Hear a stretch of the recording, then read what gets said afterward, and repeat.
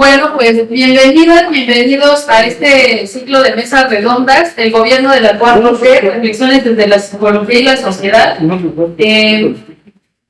Les invitamos también a seguir invitando a más personas, a lo mejor que ahorita puedan asistir y seguirse sumando a este diálogo necesario, importante con respecto a los efectos, ¿no?, de este gobierno de la 4T en diferentes ámbitos. Hoy nos dedicaremos a la mesa 5, políticas educativas, reconociendo, la relevancia de este espacio.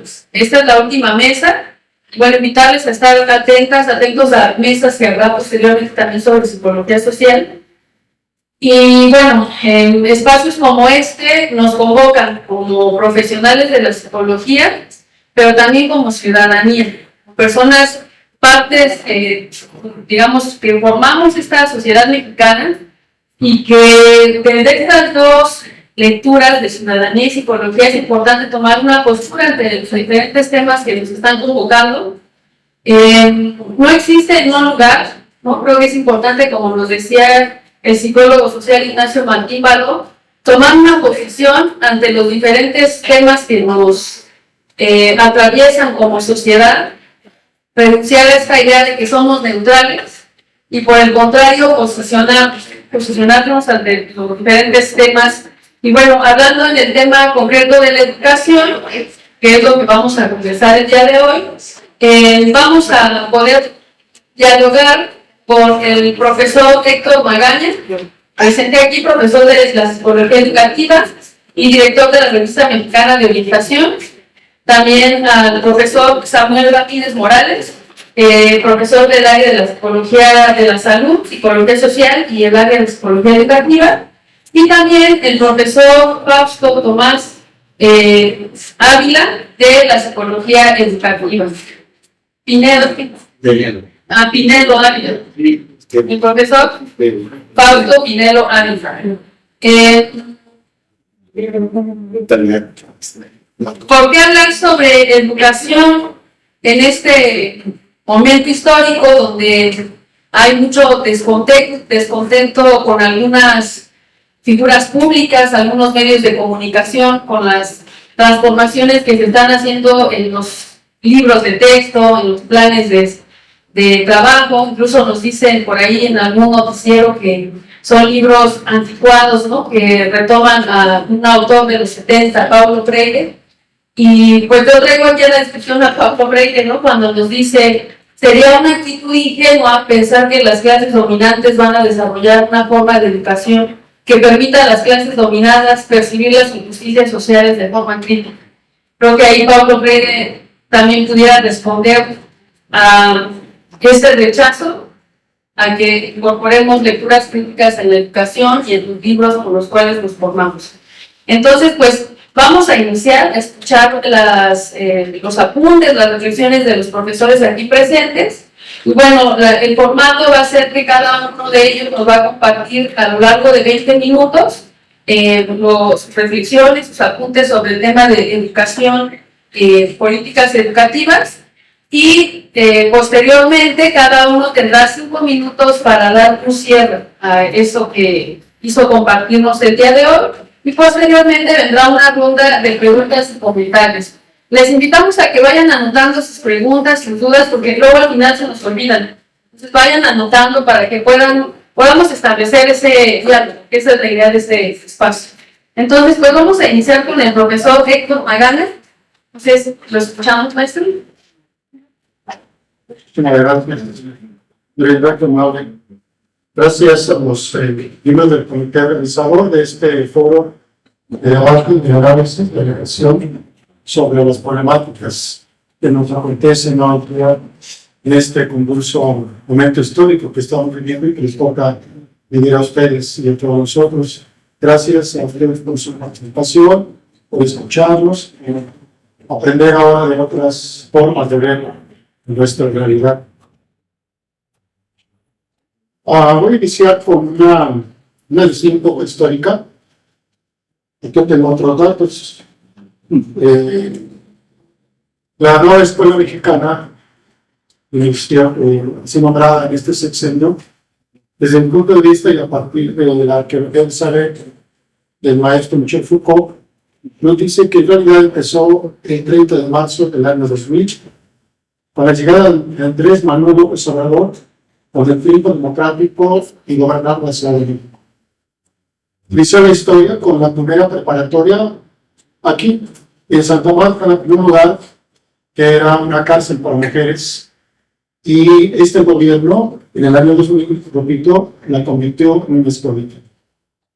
Ahora esa preparatoria, que también ya es sede de una universidad autónoma de la Ciudad de México, se llama Preparatoria Libertad. En ese tiempo recuerdo que la ultraderecha se le lanzó y empezó a burlarse de este proyecto diciendo, no, ¿cómo que van a crear escuelitas? Si no hacen falta escuelas en México, demasiadas. ¿Cómo creen que en la Ciudad de México necesitamos escuelas? Hay muchas, sí, pero también hay miles o millones de personas que no tienen acceso, que no han podido ingresar a la educación y están siendo excluidas de este proyecto neoliberal. En esa época se prometió una escuela en cada una de las delegaciones. Y al final, en su mandato, llevó a 18 escuelas. Todas ellas en un proyecto innovador donde todos los profesores y profesoras son de tipo completo y con un sistema innovador de tutorías. Además, no había no hay un examen de ingreso, sino un simple sorteo donde todos se puedan escribir un plan de oportunidad interesante. El proyecto educativo se fortalece con la creación del Instituto de Educación Media Superior de la Ciudad de México y el famoso IEMS. Grandes personalidades e intelectuales mexicanos, como el maestro Manuel Pérez Rocha y muchos otros, los que iniciaron este gran proyecto educativo, que hoy, en la actualidad, se tiene en techo de planteles.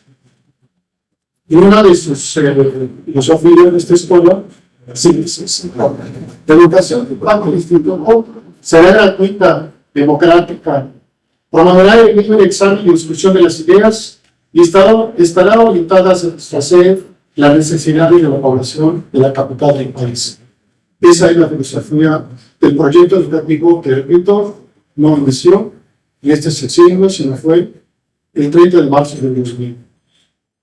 Por cierto, nos invitaron a conocer este proyecto en esa época y por lo menos tenemos varios compañeros y compañeras que han estado involucrados. Recuerdo mucho a Margarita Cambio de Educativa, ustedes recordaron muy bien, y aquí la invitaron a colaborar y se convirtió en la primera directora de la Preparatoria Libertad aquí en Santa Marta. Actualmente, la doctora Alma Herrera Márquez es directora del Instituto Rosario Castellanos, ¿no? Y estos intelectuales comprometidos con la transformación salieron de aquí de la Mesa Zaragoza y están yendo. Yo tuve la oportunidad de conocer este proyecto de mi punto de vista y estoy, pero ya hay egresados que han estado trabajando y actualmente colaboran en estos proyectos innovadores. ¿Cuál era la filosofía? ¿Cuál sigue siendo la filosofía de este instituto? Ahí me dices cuando ya me quedé 5 minutos y lo va contando. Sí. Sí, todo nuestro proyecto educativo coloca en un lugar central al estudiante. O sea, entonces no es el maestro el lugar central de la educación, no es los directivos, no es el programa. Qué raro es esto, no como que el estudiante en primer lugar, cito textualmente, ese es él mismo quien participa activamente en su información inmediata y futura, y lo hace en la medida en que se vuelve sujeto de su propio aprendizaje. Esto exige la entrada, considerarlo un individuo con derechos provenientes de un contexto social y cultural específico, con necesidades y perspectivas concretas que aprender durante su propio proceso formativo. En este sentido, el proyecto educativo apunta a que en este proceso el estudiante propicie experiencias de convivencia más significativas que le permitan su emancipación y desarrollo personal, académico y social. En consecuencia, el proyecto plantea una relación del sujeto con el saber, se convierta en un enfoque humanista, científico y crítico. Dicha relación solo tiene sentido si el saber aprendido se manifiesta conceptual, empírica y simbólicamente en situaciones de solidaridad cotidiana, ya sea para trascender a otro nivel educativo o tomar conciencia de la necesidad de su comunidad, identificar sus problemas y promover acciones para la mejora y desarrollo de su entorno social. Fin de la cita, Instituto de Educación Media Superior de la Ciudad de México. Este es el proyecto de UPEG. Inició planteando una educación completamente innovadora, completamente de beneficio a los sectores más desfavorecidos, donde pues en Iztapalapa, que es el lugar más grande, más desfavorecido, con la mayor densidad de población, con grandes problemas. Y voy a continuar porque siguen los proyectos. Sigue la construcción de otros proyectos educativos como la creación de la Universidad Autónoma de la Ciudad de México el 16 de abril del 2001 y su autonomía el 16 de abril del 2004. Ahora la conforman 19 licenciaturas, 7 maestrías y un doctorado en ciencias genómicas, con una población de 18,000 alumnos. Actualmente tiene presencia en Casa Libertad 1, Centro Histórico 2, Plantel del Valle 3, con PP y San Lorenzo, Prisión con. Y sigue el proyecto.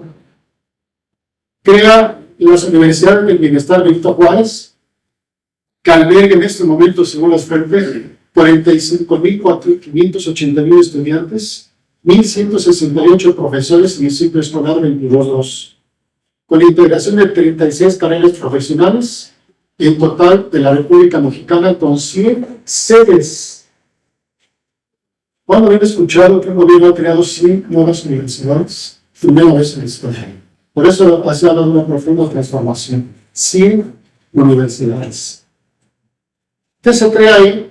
Salud, energía, desarrollo regional sustentable, procesos agroalimentarios, patrimonio histórico y cultural y estudios sociales.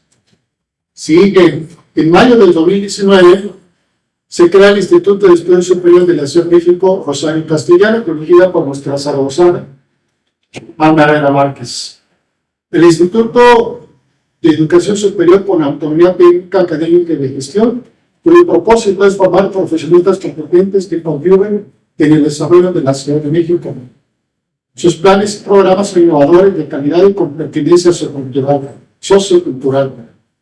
En el instituto podrán cursar algunas de sus 16 licenciaturas presenciales, 8 licenciaturas a distancia o sus 9 posgrados.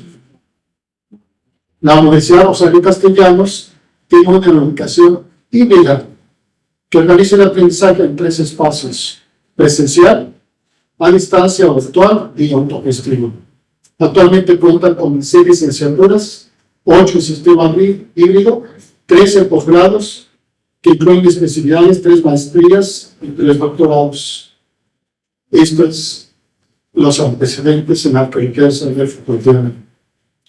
Siguen los proyectos. La Universidad de la Salud de la Ciudad de México.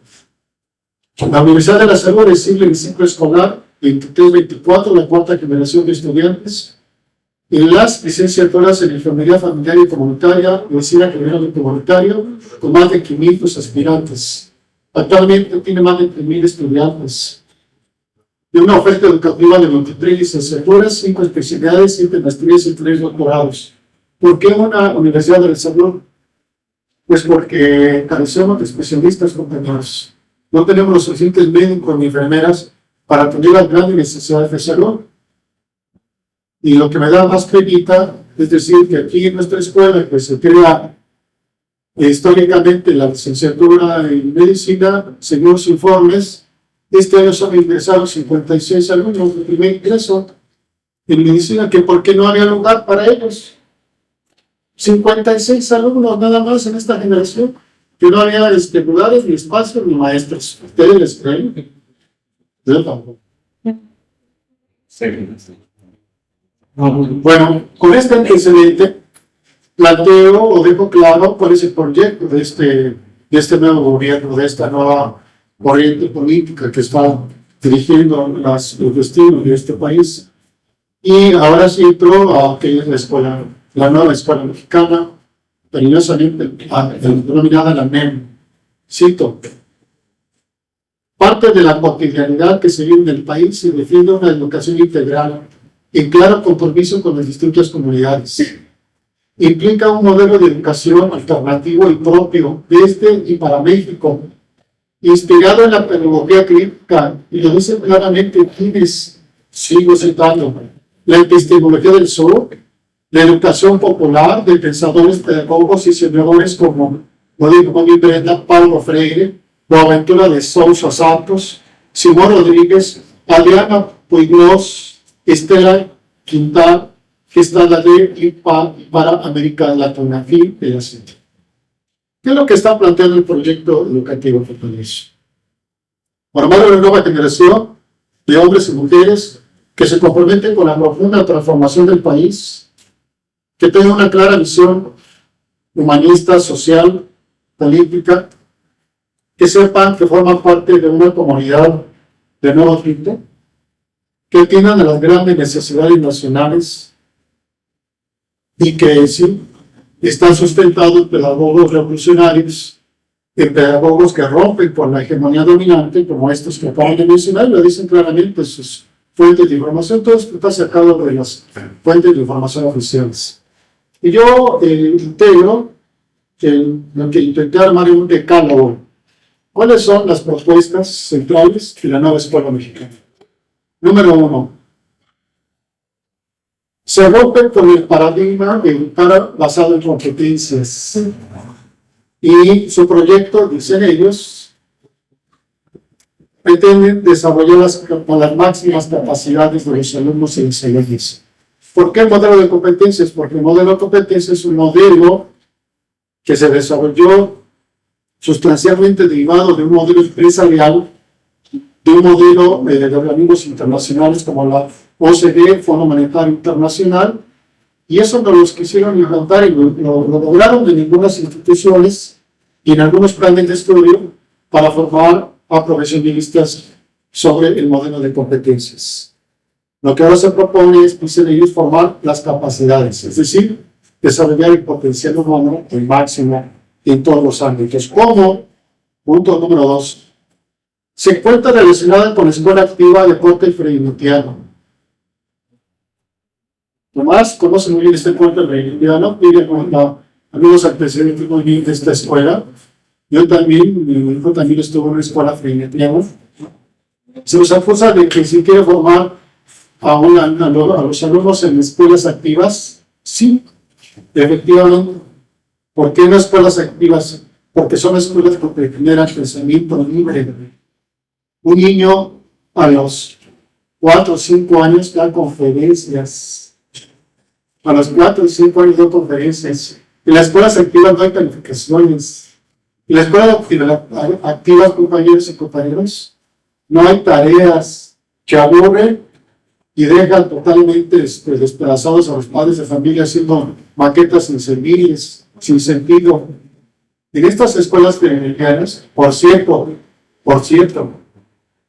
sí tenemos que decir que son de origen anarquista, que vinieron estos proyectos de los principios de Freire, desarrollados por la escuela francesa y la escuela de los exiliados de la Guerra Civil Española, que llegaron a México a construir un proyecto innovador y empezaron con la escuela de Manuel Bartolomé y con otros proyectos de ahí, en donde se forman a los niños con otra visión del mundo, con otras perspectivas. El profesor es un co-creador. ¿Qué significa? El profesor no va a dar las clases. El profesor genera un tipo de pensamiento inteligente en los niños y les genera esta libertad de ideas. Se trabaja en un método basado en proyectos, efectivamente, en los nuevos planes de estudio y los nuevos libros de texto están basados en el método de proyectos, que por cierto, el método de proyectos tiene un siglo de existencia, no es nuevo, compañeros. No estamos inventando el hilo negro en el agua tibia. Estamos respetando un proyecto innovador que tiene un gran sentido humanista y un gran sentido de desarrollo del ser humano. Los niños, regresando al libro de cuarto año, se ponen a investigar, imagínense, cómo desalinizar el agua para uso humano. Y en ese proyecto, los niños se ponen a investigar cómo pueden desalinizar el agua y hacen experimentos en el salón de clase en el cuarto año de primaria. Algo que Banter Needman llamaba desarrollo del pensamiento reflexivo, pensamiento crítico, hace propuesta de desarrollo para niños. El programa sintético y el programa analítico, esto nos enseñó el doctor Ángel Barriga, que es el creador de estos proyectos, que vino aquí a explicarnos. Tomás te recordará muy bien el programa analítico y sintético, y eso lo hicimos aquí en el plan de estudios de psicología.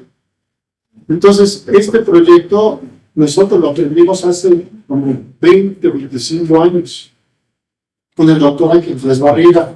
Entonces, si ustedes a partir del programa analítico construyen su problema sintético, por eso nosotros íbamos a aprender temas muy diferentes en distintas clases.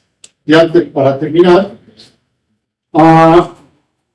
el debate de las familias y de las distintas emociones que tenemos sobre familias se analiza en el libro de texto. Finalmente, no hay evaluaciones, no hay calificaciones, pero hay evaluaciones formativas, en donde a través del proceso de aprendizaje yo voy teniendo información de cómo van avanzando y les voy asignando no un número, sino les voy asignando un proceso de adquisición o no del conocimiento. El profesor genera los consejos técnicos escolares, los rescatamos de las burocracias de las escuelas y los convertimos en centros donde los profesores generen a partir del programa analítico y el programa sintético. Y entonces ahí ya no son los directores ni los supervisores los que mangoneaban los planes y programas de estudio y los programas de los profesores, sino ahora son directamente en la autonomía los profesores. Y ahora sí, con esto termino para dar un tipo de cosas a las críticas. El fin último de la escuela mexicana, ¿por qué es? Que los niños vayan a la escuela a ser felices. Nada más. Hay que esta parte de una sociedad que pareciera que hay que simplemente tener calificaciones, puntajes, pero el aprendizaje con alegría, con esperanza, ¿dónde quedarían? Entonces, pues aquí estamos viendo que esto es un proyecto de muchos años y eso creo que es muy importante, tener esa recuperación, esa memoria histórica para poder ubicar que estas propuestas no surgieron ayer ni hace un par de años, que vienen de otros procesos históricos, y qué importante es seguir con esa legado. Ahora nosotros como docentes, ustedes también en los diferentes espacios en los que estén insertando. Muchas gracias al maestro Héctor Magaña, y pues vamos ahora a... y bueno, pues ahora vamos a escuchar al profesor Fausto Tomás Pinelo, y bueno, también contará con los 20 minutos para poder compartir lo que prepara. Gracias. ¿Me escuchaba? Sí. Buenos días, le agradezco también al comité organizador, que es el área social, en habernos invitado, unos profesores docentes de lo que es el área educativa, que ustedes probablemente algunos ya pasaron por esta área, cuanto a lo que es tercero, cuarto semestre, que es también le doy tercero y cuarto, ¿no? Pero como es flexible, hay oportunidad, a lo mejor los que están en séptimo y octavo que están llevando el área educativa, esperemos o alguna optativa que lo lleve pues a tener esta información sobre pues lo que es el tema, ¿no? Política educativa y en la 4T, pero yo sí les he preguntado, les pregunto a ustedes, ¿no, Iván? ¿Quién sabe qué es la 4T? En broma yo decía con los alumnos que ahorita pues tortillas, tacos, pollos, tostados, ya no sé. eso tiene que ver con política. Ya no tanto educación, sino con política. Y con historia. Y también le preguntaría a cada uno de ustedes que levanten la mano quien ha oído la mañanera. Sí, completa, popular, hay uno, dos, pero es política también. Desafortunadamente, en la cuestión de educación,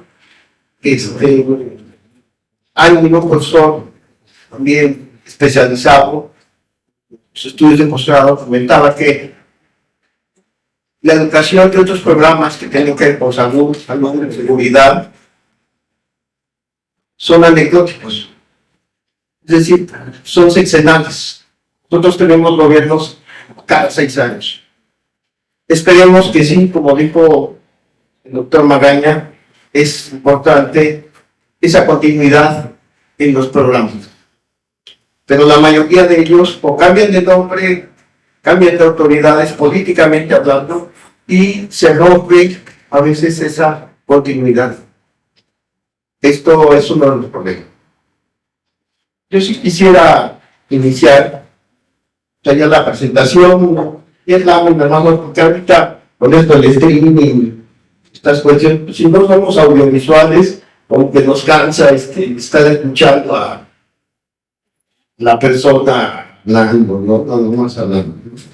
Pero entonces yo definí la política educativa se refiere al conjunto de decisiones, estrategias normativas y acciones que un gobierno, ya sea a nivel nacional, regional o local, adopta en relación con el sistema educativo de un país. O sea, es todo esto que tiene que ver con las interpretaciones que se hacen de la educación en todos los niveles, desde preescolar hasta superior y sus variantes. Dice que estas políticas educativas están diseñadas para establecer un marco normativo y estratégico que guíe y regule todos los aspectos del sistema educativo, desde la educación preescolar hasta la educación superior. Esto tiene sido la política educativa. Yo creo que hay en otros aspectos. Lo que sí, otra información que manejó el Instituto Nacional de Evaluación Educativa, que en 2019 desaparece, que era un instituto que se creó en el 2000, en este sexenio desaparece. Aunque desaparece, pero recibe otro nombre que estuve revisando y que vale la pena, que precisamente habla de esta política en la educación básica, inclusive media superior, que es mejora el gobierno, ¿no? Mejorando la educación. Así se llama ahora, sustituye a este instituto. Bueno, este instituto decía en 2019, al final, la política educativa no puede entenderse si no se ubica en el tipo de sociedad que es deseable construir o es deseable construir. ¿Sobre qué entendemos por una buena sociedad de familias? ¿Sobre qué hace la educación en la sociedad? Y para ella, y sobre la clase de educación a la que se aspira para todos. Porque ya el doctor Moreno mencionó que la educación básica va a tener que ver mucho con la felicidad. Definir felicidad. Ya están los discapacitados, son felices, ¿no? Pero bueno, por ahí hay una liga de esta, porque tiene textos muy interesantes sobre educación básica, ¿no? Algunas publicaciones sobre estadísticas y también sobre el papel que va a desempeñar esta nueva escuela mundial. Otro comentario que quisiera hacer dentro de esto, ¿por qué decía que era anecdótico? ¿Por qué decía que muchas veces ¿te acuerdas cuando, ¿no? La FE Zaragoza era modular? ¿Te acuerdas cuando? O sea, a veces nos acordamos ¿te acuerdas cuando no había flexibilidad? ¿Te acuerdas cuando eran 9 semestres? ¿Te acuerdas cuando? Etcétera. 11 han sido las reformas constitucionales en materia educativa. Es decir, el artículo 3º, 11 reformas. Desde 1917, o sea, desde la Constitución del Benito Juárez, del Chavo Carranco, Congreso Constituyente de Querétaro, se lo celebramos el 5 de febrero, ¿sí? 11 desde la aprobación de nuestra Carta Magna por el Congreso Constituyente de 1917, de las cuales 6 se han efectuado en el presente siglo. Creo que sí se refería a este siglo XX y siglo XXI, que es el 2019, pero 6 modificaciones. Estoy hablando de cambios constitucionales. Por ejemplo, simplemente el sexenio pasado, con Peña Nieto, ¿sí? Y con Ñoño, que le llamaban, ¿cómo se llamaba el secretario de Educación? Esta carrera magisterial, lo que le llamaban, que estuvieron examinando, dando exámenes a los profesores para obtener las plazas, etcétera. Pues la abrogó, la eliminó este nuevo gobierno. ¿Sí? Se eliminó algunas ideas sobre esta situación, pero entonces 6 han sido estas reformas en solo 20 años, el presente siglo, 6 reformas. No estamos hablando de constitución, porque curriculares también se han hecho, y como ahorita efectivamente dijo el doctor Magaña, en cuanto a lo que son competencias, en una época en los 90, algo así, en los 90, los textos de educación básica tenían que ver mucho con el cognoscitismo, con Piaget, y se criticaba mucho porque Piaget plantea problemas así medio raros, ¿no? Sobre volumen, masa, que los mismos profes no entendían, ¿no? De repente establecían en estos libros de texto, ¿no? Entonces, ahí, con estas serían las curriculares, ¿sí? Que sí participan expertos, conocedores de la educación, ¿no? Traían la referencia del artículo de esta reforma. Después le paso si gustan, la presentación a doctor Rocha, para que se las haga llegar, ¿no? Tengan información sobre esto. Luego, también consideraba que es importante tener en cuenta que cada reforma generó reacciones y opiniones en la sociedad y la comunidad educativa, porque no siempre vamos a estar de acuerdo todos. Hay diferencias, tanto minorías como mayorías, ¿no? Los levantamanos, como a lo mejor hay pensamientos críticos que no estarán de acuerdo. Pero ahí no es la desigualdad educativa, no quiero leer mucho la información, pero ya hay una desigualdad muy notoria en la educación. Inclusive están elevada al rango constitucional la educación básica, y sí ya incluyeron la educación media superior, pero tengo entendido que la educación básica es hasta secundaria, ¿sí? Y esta cuestión de elevar al rango constitucional la secundaria no fue por cuestiones de gusto de un país por hacer estos cambios. Fue por gusto de un tratado de libre comercio en los 90. Es decir, porque los países con los que íbamos a establecer ese convenio, ese tratado, ya tenían, si no en su constitución, ya tenían hasta la preparatoria, ¿sí? Como educación básica. Es decir, más de 12 o 15 años. Entonces aquí en México estaba hasta la sexto año, ¿no? La sexto año. Entonces, bueno, pues tuvimos que elevar al rango constitucional. Desde luego que en la ley de Estados Unidos quedamos firmadores. Dijeron, no, te va a dar chance en X cantidad de tiempo tú regularices a tus ciudadanos que van a estudiar y que concluyan.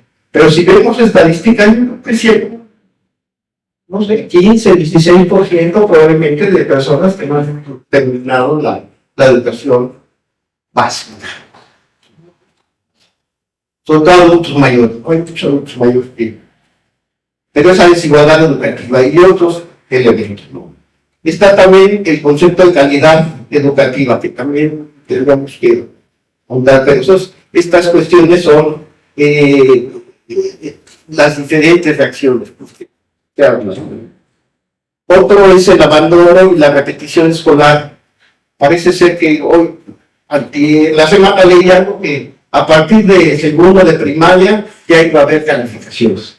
No sé si era noticia falsa o algo, pero venía en uno de los periódicos, no sé si en la jornada o donde estos están regalando, sí regalan periódicos. Pero sí hay problemas de desigualdad en cuanto a esto y hay mucha abandono de estudios, ¿sí? Y fíjense que quien ha entrado a esto, el abandono de los estudios, no me crean, las becas. O sea, el dinero. Es una motivación importante.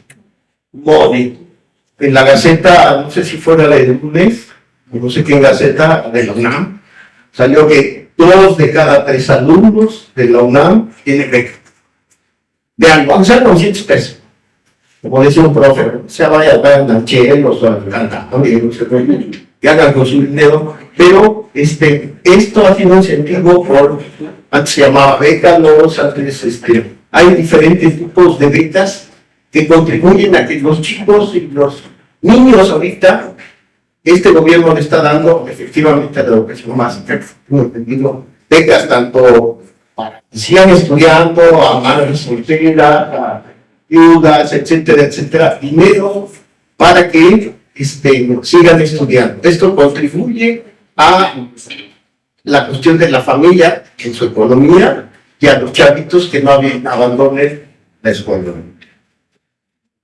Otros puntos, bueno, es la formación docente, problemático. Otro, la inclusión educativa, que ha sido un problema. De incluir los demás.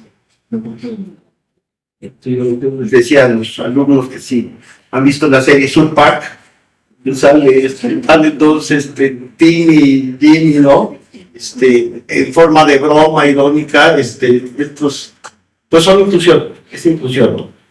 Eso es inclusión para los no saben, platíquenle al compañero pues, de qué se trata. Es que trae una parte, ¿no? Entonces esto, financiamiento insuficiente, esto va a ser una discusión, no sé si es el punto 8 del Producto Interno Bruto, el punto 6, pero andamos muy bajos en presupuesto en educación. Efectivamente, la UNAM probablemente no tiene la lana, no está haciendo, siempre han aumentado presupuestos en las cámaras. El Congreso de la Unión tiene que ver mucho con los recursos y cómo se están gastando. Tiene que estar diciendo cómo estoy gastando este dinero. Creo que sí se gastó bastante después de la pandemia, en arreglar los salones, cubículos, usaron huecos, pero pues tuvieron que poner ventanas, tuvieron que abrir espacios, etcétera, para rebasar este problema de la pandemia y volver a la situación normal. Otro problema que también se está comentando mucho por parte de estas reformas, la violencia en las escuelas. Otro problema es la educación digital. Por lo menos dentro de tecnologías del aprendizaje durante la pandemia sirvió para algo. Esto fue muy importante para el trabajo de los profesores y de los alumnos por medio de la hibridación o digital, ¿no? En línea, pues trabajar en línea. Otro problema es la falta de participación de los padres en la política educativa. Y ahorita estamos viendo bien les puso por ahí una profesora en un foro que hicimos de política educativa, la micropolítica del poder, decían las escuelas. Ya los papás no tanto participan nada más para en cuestiones de ¿cómo se llama? De la fiesta del profesor, el día del maestro, el día de la madre, sino ya cierran la escuela y dicen la maestra Petrita o Fulanita o Juanita, o el maestro Gabino, no nos cae bien o no nos tiene por qué cambiar. Que no.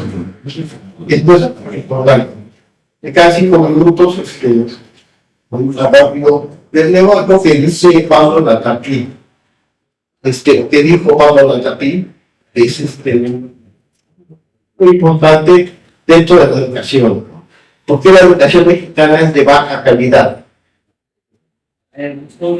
Considera primero que es el gobierno federal, él dice que en su percepción, que es del 2008, de más de 10 años, ¿no? Pero vale la pena leerlo porque él participó en muchos sexenios en la Secretaría de Educación Pública, participó muchos sexenios por los diferentes secretarios, tanto como asesor como funcionario en este sexenio, para que no digan que somos nada más replicamos y luego se llaman Dante con brío, yo siempre lo chateé hace 10 años, ¿no?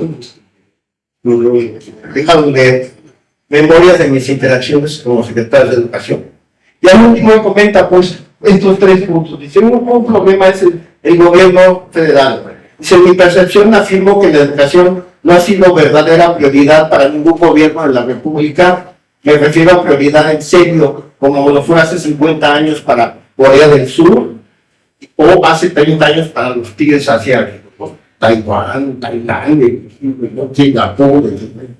Entonces, una segunda fuente de energía para transformar la educación reside en el Congreso de la Unión. Es decir, senadores y diputados, muy pocos, dice, han luchado por una iniciativa de ley o por la aprobación de procedimientos. Y cuarto, vengamos al magisterio. El magisterio prisionero del sindicato, este es un problema muy fuerte. Han tomado sus reglas y comportamientos, el sindicato lo ha despojado de su capacidad para tener iniciativas propias, y corroboran esta afirmación incómoda, los resultados de aprendizaje que obtienen nuestros patrullos.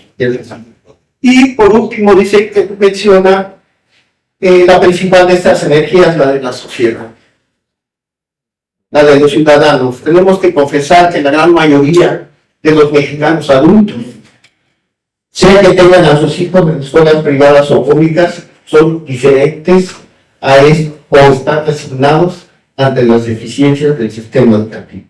Esto no lo digo yo, lo dice el doctor Pablo Latapí, que más descanse, que sí estuvo mucho tiempo, desde el 63 al 2006, en los diferentes sexenios en las secretarías de Educación. Bueno, muchas gracias.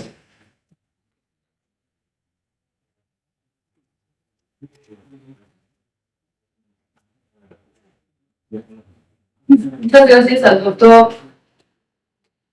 Tomás Pinelo por hacer esta revisión sobre la educación y las dificultades con las que nos enfrentamos, y me parece que este último punto que se toca nuevamente nos convoca a toda la ciudadanía. ¿Cuál es nuestro papel ante el tema de la educación? Independientemente de si somos madres o no, padres, o si somos, nos dedicamos a la docencia o estemos estudiando o no, es de competencia nacional involucrarnos con las políticas que se toman en términos de educación y tomarlo como decía el doctor, como algo serio, ¿no? Con la seriedad que se requiere, con la participación de la ciudadanía y bueno, también con las políticas que se implementan. Vamos a continuar ahora escuchando al maestro Samuel Ramírez Morales, y bueno, también contará con 20 minutos para hablar de eso. Muchas gracias. Muy bien, pues antes que nada, los compañeros, quiero agradecer la invitación de los organizadores a este ciclo de mesas redondas, a los doctores Raúl Rocha Romero y profe Sandoval Ocaña. En esta mesa redonda que tiene como tema las políticas educativas en el gobierno de la Cuarta Transformación, inicio con los planteamientos principales de la llamada Nueva Escuela Mexicana. 1. Se vincula con la comunidad. 2. Tiene un enfoque humanista. 3. Valora a las y los maestros como profesionales de la educación. 4. promueve un nuevo enfoque pedagógico. Y 5, promueve el desarrollo de trayectorias educativas. Ahora enuncio los 8 principios que plantea la nueva escuela mexicana. Identidad con México, responsabilidad ciudadana, honestidad, participación en la transformación de la sociedad, respeto de la dignidad humana, interculturalidad y cultura de la paz y respeto por la naturaleza. Ahora bien, ¿cuál es su propósito? Se argumenta que este proyecto educativo debe tener un enfoque crítico, humanista y comunitario como su triada principal, para así formar estudiantes con una visión integral que no solo adquieran conocimientos y habilidades cognitivas, sino también para que los niños y jóvenes se conozcan, se cuiden y se valoren a sí mismos. Aprendan cómo pensar y no en qué pensar. Ejerzan el diálogo como base para relacionarse y convivir con los demás. Adquieran valores éticos y democráticos. Colaboren y se integren en comunidad para lograr la transformación social. La idea central y final es que los niños y jóvenes se formen como personas capaces de conducirse como ciudadanos autónomos, con sentido humano y crítico para que construyan su propio futuro y sociedad. Muy bien, estas son las características, los principios y el propósito centrales de la nueva escuela mexicana. ¿Pero qué significa? En México, que ha comenzado a construirse con el nuevo proyecto de gobierno, significa que permite pensar en un punto de partida en el que inicia la nueva política educativa mexicana. Pero, ¿cómo traducir esto? ¿Cómo franquear la herencia neoliberal de más de 30 años? ¿Cómo sobreponerse a la herencia educativa de los anteriores gobiernos? Dado que tener un nuevo gobierno no trae consigo los cambios por decreto, es que debemos construir el cambio con el esfuerzo de todos. Construir las políticas educativas desde las características, los principios y el propósito centrales de la nueva escuela mexicana. Por eso se requiere trabajar, edificar, concientizar, consensuar e integrar la labor educativa desde las bases sociales, desde la cotidianidad. El gobierno de la Cuarta Transformación ha visibilizado múltiples necesidades olvidadas por los anteriores gobiernos neoliberales. Resaltar la transformación como un humanismo social es comenzar a escuchar a los más desfavorecidos, a los que no habían tenido voz. Por primera vez en el ámbito educativo, desde hace muchos años, se escucha la voz de los verdaderos actores de la labor educativa, es decir, los maestros, quienes además fueron atacados brutalmente en los pasados gobiernos neoliberales y en particular en el sexenio pasado de Cristal, que los dañó física, mental, moral y laboralmente. Para dar vida a la nueva escuela mexicana, debemos ser diversos en nuestras ideas, liberar lo humano de los agentes educativos, desde quien hace las leyes, el que las aplica, el administrador, el docente, el estudiante, el padre de familia y de todos aquellos que participan en las instituciones educativas y su entorno. Para lograr esto es necesario pensar en el otro, en nuestros semejantes, en nuestro futuro como sociedad. Revalorar al docente resulta fundamental para el quehacer educativo. Confiar en su experiencia, en sus conocimientos, en su formación pedagógica, ya que independientemente de los modelos y las reformas educativas de los gobiernos anteriores, y de catalogarlos como los responsables del desastre educativo, han desarrollado su quehacer académico de manera profesional, a pesar de la descalificación de las que fueron objeto. Basta ver el documental película de Panzazo, con el primer actor, Carlos Loreto Mola, para darnos cuenta del ataque brutal a los docentes. Afortunadamente, la realidad ahora comienza a ser distinta. Nuestra sociedad tiene mucho que aportar en la construcción de políticas educativas. Se debe partir de los propios contextos, las propias realidades y la diversidad de realidades que tiene nuestra nación. Se debe escuchar a las mayorías. Por fortuna, el proyecto humanista y social que encabeza el actual gobierno federal ha dado apertura a todos los agentes educativos. Se comienza a apoyar en diferentes programas sociales, tanto a estudiantes como a docentes y a las propias escuelas. Claro, falta mucho por hacer, pero si entendemos que este sexenio es el que pone en marcha el proceso, el que sienta las bases, los gobiernos subsecuentes tendrán que echar a andar las propuestas iniciales y contribuir con las nuevas estrategias para favorecer el cambio. Independientemente del acoso laboral a los docentes, es importante aclarar cómo se vieron inmersos en una especie de evaluación docente durante las distintas reformas educativas por las que transitaron los profesores de educación básica, educación media y educación superior, en la etapa de los gobiernos neoliberales, que desafortunadamente en la educación media y superior sigue ocurriendo. Reformas que comenzaron a incorporar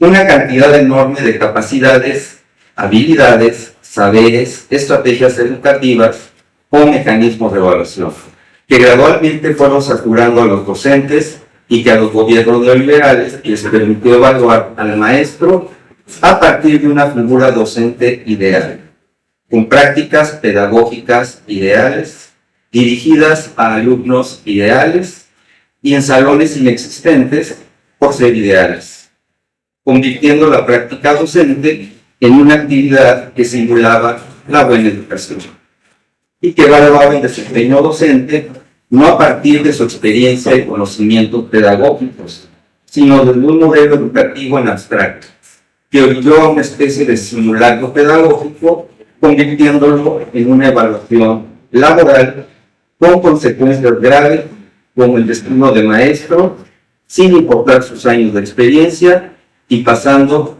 por encima de la Ley Federal del Trabajo. Reformas que iniciaron estas reformas de la época neoliberal en 1993, continuando con la reforma integral de la educación básica en 2006, la que promovió una extensa innovación curricular que incluye aspectos como la jerarquización de los conceptos coordinados, ambos aspectos que llevaron a los mapas conceptuales y a los mapas mentales, para que el estudiante construyera una idea a partir de la relación de los conceptos adquiridos. La llamada pregunta generadora. Se comenzó el trabajo por proyectos en esta etapa neoliberal. Se propuso el alumno al centro del proceso educativo, estructurar el conocimiento a partir de saberes previos, la evaluación traducida a una relación entre el aprendizaje y la planificación, surgiendo así la moda de los programas, por ejemplo, que ya se había comentado, analíticos, sintéticos y guía, entre otros más. Lo que llegó a limitar el trabajo pedagógico del docente ante la obligación institucional de cumplir con fidelidad el programa educativo. Se propone el aprendizaje significativo de Alfred, se dice no a la memorización, del constructivismo se pasa al socioconstructivismo a partir de la reforma educativa de 2004, se inicia el acompañamiento y se crea la figura del tutor, se incorpora el trabajo grupal, se comienza a atender la diversidad, se promueve la construcción colectiva del conocimiento, se habla de la autonomía de los aprendizajes, se proponen los principios pedagógicos que guiarán el aprendizaje de manera ideal, se recomienda la investigación desde el aula, se plantea la planificación argumentada, inician los consejos técnicos escolares que proponían, entre otras cosas, rutas de mejora, portafolios de evidencia, temas transversales, certificación en habilidades digitales, enfoques de enseñanza diversos. En la reforma educativa de 2011 aparece el enfoque humanista. En 2012 comienza la articulación de la educación básica, primaria, secundaria y se propone la articulación con el bachillerato. Surge el enfoque por competencias de Philippe Perrenot, principalmente. Se continúa con el socioconstructivismo, pero ahora desde el aprendizaje situado. Se incorpora el concepto de andamiaje de Vygotsky para que el alumno parta de conceptos previos y logre construir nuevos conceptos. Siguen los mapas conceptuales, pero ahora se incorporan las rúbricas, se promueven los portafolios de evidencias, se continúa con el trabajo por proyectos, que como vimos viene desde 1993. En la reforma de 2017, la de Peña Nieto, con el llamado nuevo modelo educativo, que en realidad fue la articulación de la mayoría de las características ya mencionadas, se articula el bachillerato a la educación básica. Se plantea con un enfoque humanista que ya se había incorporado en 2011. Se propone una visión integral del aprendizaje que debía dar autonomía al docente para manejar más libre y creativamente los enfoques pedagógicos actuales. Situación que, como sabemos, no se ha dado por la obligación de cumplir con el programa de estudios, aún el propuesto por el propio docente. Se argumenta un aprendizaje basado en problemas, en proyectos, en la investigación, en el aprendizaje colaborativo, situado y humanista. Se recomiendan los aprendizajes clave como el lenguaje, el pensamiento matemático y el conocimiento del entorno social y científico. Este nuevo modelo educativo parte de principios pedagógicos ya propuestos en reformas anteriores, como el alumno al centro, los saberes previos, promover la motivación intrínseca, reconocer la diversidad, partir del aprendizaje situado, que el docente sea un acompañante del alumno desde la figura del tutor, promover la cultura, llevar a cabo un aprendizaje formal del conocimiento, es decir, con una visión amplia, rescatar su naturaleza social y fomentar la interdisciplinariedad, desarrollar la autonomía didáctica y nuevamente la evaluación desde una relación entre el aprendizaje y la planificación. Ante la mala preparación docente, por no aprobar exámenes memorísticos y alejados de la práctica real en el aula, se propone una estrategia que viene desde 1993 de profesionalizar al docente. Se parte de una máxima: el docente no es el problema, sino la solución.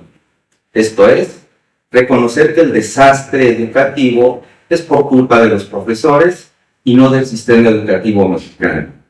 Además, se propuso la movilidad local, regional e internacional de los docentes. Sabemos por nuestra misma experiencia que esta movilidad suele ser asequible a los cercanos al poder institucional. Centrándonos en la evaluación docente, podemos observar cómo en 1992 surge la carrera magisterial. Aunque no se evaluó el desempeño docente, sino hasta 1997-98, donde aparece la prueba enlace, que provoca una notable divergencia en el sistema educativo nacional cuando se trató de evaluar el desempeño docente y la evaluación de los aprendizajes con exámenes de contenidos, notándose con claridad la imposibilidad de evaluar el aprendizaje significativo porque las pruebas de contenido privilegian el aprendizaje memorista. El docente desde 1993 debe tener estas cualidades, habilidades, destrezas y capacidades. En 1993 se le pedía ser creativo, experimentado, conocedor de la disciplina. Entre 2004 y 2011 se le suma ser guía, coordinador, acompañante, investigador de su propia práctica, innovador, aventurero, artesano. Y con el nuevo modelo educativo de 2017, tiene que ser, además de lo anterior, mediador, monitor, evaluador, desarrollar un pensamiento complejo, acompañante, empático, receptor de las vivencias de sus alumnos respecto a sus comportamientos, modelar el aprendizaje, esto es ser modelo para los estudiantes, tomar cursos de formación y actualización, contar con estudios de posgrado. Bien.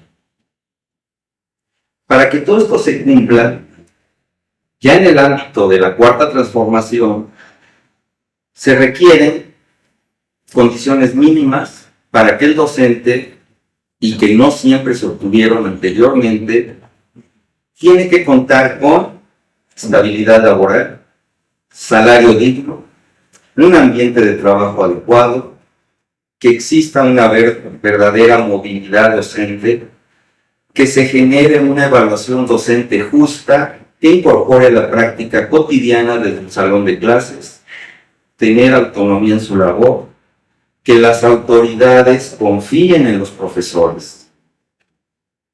Pasando a la perspectiva que se requiere para desarrollar la docencia durante la cuarta transformación, el profesor debe construir y reconstruir su actividad educativa desde las estrategias pedagógicas que le hayan o vayan funcionando, mas no desde la sumatoria de las estrategias pedagógicas propuestas por las reformas neoliberales, que proponían la formación de un utópico supermaestro. Además, que el docente reflexione su propia práctica docente, comprenda las cualidades de la autonomía, se incorpore a la movilidad, profesionalice su docencia al asumir la responsabilidad de su trayectoria formativa, que desarrolle un pensamiento crítico y de alta complejidad, que a su vez le permita desarrollar una identidad docente, así como desarrollar conductas empáticas y solidarias con los estudiantes, y mostrar un alto compromiso y vocación por la profesión docente. ¿Por qué transformar la práctica docente desde las nuevas políticas educativas? Implica reconocer al alumno como el centro de nuestro trabajo, construir ambientes colaborativos y de aprendizaje, planear y reorganizar estrategias didácticas y actividades lúdicas, porque la ciencia no debe de ser siempre acartonada. Incorporar las diversas corrientes pedagógicas, pero insisto, no como la sumatoria neoliberal, sino desde las estrategias que le sirvan al docente para su práctica misma. Generar una evaluación como una oportunidad de mejora para el aprendizaje. Incorporar temas de relevancia social. Acompañar, orientar y conocer a nuestros estudiantes. Fomentar el diálogo para la convivencia escolar. Y para terminar, ya en el ámbito escolar, trabajar en colegiado, implicar la práctica docente en las escuelas, participar en comunidad, dialogar con los actores educativos y que los consejos técnicos o los llamados consejos de mejora continua sean un espacio para que los docentes aporten ideas y estrategias en beneficio de su trayectoria profesional y sobre todo de los estudiantes. Muchas gracias. Muchísimas gracias, maestro Samuel. Y bueno, con esto que se ha dialogado hasta el momento sobre esta revisión, pienso, ¿no?, de cómo eran las formas de educación neoliberales, ¿no?, cuáles eran los puntos de partida y cómo esto se traducía en prácticas docentes. Y por el otro lado, esta nueva propuesta, ¿no?, lo que implica también para este lado, ¿no?, las personas que estamos ejerciendo la docencia y bueno, también a ustedes cómo les va haciendo sentido, ¿no? Porque también ahorita va a estar interesante escuchar también o invitarles a hacer ese ejercicio de reflexionar a lo largo de la formación educativa que han tenido, cómo han identificado estos cambios, ¿no? Estas políticas, al final, nosotros los hemos experimentado también en nuestras trayectorias educativas. Entonces, ahorita sería también interesante escuchar cómo lo han vivenciado, cómo lo han experimentado. Vamos a continuar con una segunda ronda, que ya sería una ronda más breve, de aproximadamente 5 minutos, en la que los ponentes compartirán una reflexión final que, digamos, también pudiera ser sugerente, ¿no? Para que puedan plantear algunas dudas, algunos comentarios de las personas que están acá presentes. Entonces vamos a empezar con el doctor Héctor Magán, y bueno, después el doctor Tomás Pinelo y posteriormente el maestro. Bien. Voy a terminar con dos cuestiones, dos aspectos. Uno, para que un poco le quede claro, porque se busca una profunda transformación, no solamente cambios para que nada cambie. Pues porque consideramos que la escuela y la educación en México tiene muy bajos niveles. Todas las evaluaciones que se hacen a nivel nacional e internacional, los niños de educación básica ni leen ni escriben y tienen grandes dificultades en el proceso lógico-matemáticos. Eso es histórico, compañeros. Pero además, los libros de texto presentaban serias limitaciones, problemas de distinta naturaleza. Y nosotros, como investigadores, lo publicamos y lo demostramos en esta investigación que publicamos en el 2020 en la revista mexicana de orientación educativa, que la pueden consultar ustedes de manera gratuita. Y ahí nosotros hicimos un análisis del libro de texto de educación preescolar, analizando nada más y nada menos que el currículo oculto, un sesgo de corte en contra de la visión de las mujeres, en contra del empoderamiento de las mujeres, en los libros de texto de preescolar. ¿Qué hicimos? Analizar la semántica del discurso, es decir, las imágenes que aparecían en el libro de texto, a veces había un sesgo de género. Y aquí encontramos, ¿no?, en las imágenes que aparentemente no tenían ningún significado, observamos que la mayoría de los profesionistas son hombres, en lugar de mujeres. Observamos que la mayoría de los que triunfan en las científicas había más hombres que mujeres. Y eso le llamamos nosotros un análisis del discurso semiótico a través del libro de texto. La conclusión a la que llegamos en este trabajo, que se los dejo, si le interesa a los de género, algo de esto, los resultados del análisis concluimos lo siguiente. No me queda porque estaba mal, porque queremos mejorarlo. Dice, realizado con los libros y láminas didácticas de preescolar analizadas en este estudio, revela que si bien las instituciones educativas han reconocido la importancia de incorporar la perspectiva de género en los programas dirigidos a niños y niñas en sus primeras etapas de formación, se han modificado algunos estereotipos de género en los materiales educativos que proponen para sus cursos. Todavía persiste un conjunto de género que reproduce un androcentrismo, un sexismo en el lenguaje que contribuye muy poco al empoderamiento de las niñas y debilita su propuesta educativa. No es un asunto menor que de los 8 indicadores analizados persistan sesgos de género a los 7 de ellos, lo que significa que no se ha prestado atención a los mecanismos más sutiles en que se reproduce este orden de género, o bien que el andamiaje teórico para incorporar la perspectiva de género en los materiales educativos es todavía endeble. Así parece indicarlo el hecho de que se hayan modificado las imágenes más estereotipadas de las mujeres en oficios y profesiones o en juegos y juguetes, pero no así de los varones. Esto es lo que nosotros cuestionamos y criticamos con investigación. Ahora hay que verlo en el libro de texto. Y lo que estoy analizando, porque no he leído los 58 tomos que están ahí, sí observamos un cambio, una visión más de empoderamiento. ¿Por qué? Porque necesitamos más mujeres científicas, más mujeres empoderadas, más mujeres que rompan el techo de cristal, y los neoliberales, por supuesto, que no tienen esa visión. Y con esto ilustramos lo que estaba pasando. Por eso queremos transformar la educación. Y finalmente, a partir de lo que me interpela el compañero Pinelo, no nos interesa definir la felicidad, nos interesa generar personas felices. Nos interesa que ustedes vengan a la escuela y que disfruten la educación. Nos interesa generar procesos de profunda transformación en sus conciencias. No queremos que el cambio venga de arriba, queremos que empezar desde abajo con nosotros. Y les hemos preguntado a nuestros alumnos, ¿ustedes son felices en la escuela? ¿En qué escuela se han sido felices? ¿Son felices en lo que están estudiando ahorita? Y si no, pues construyan su felicidad. Necesitamos impactar ese equilibrio humano a través de construir nuevos relatos. Y esos nuevos relatos se construyen y se construyen con la práctica cotidiana. Necesitamos impactar las emociones, la afectividad en la escuela, trabajar con el humor, con la risa, que eso se ha perdido mucho. Nos volvemos muy acartonados, profesores, que estamos aquí en una mesa de rondas muy serios y con cara de intelectuales, pero sí nos falta ser más sensibles, más emotivos hacia nuestros alumnos, y eso lo hemos perdido.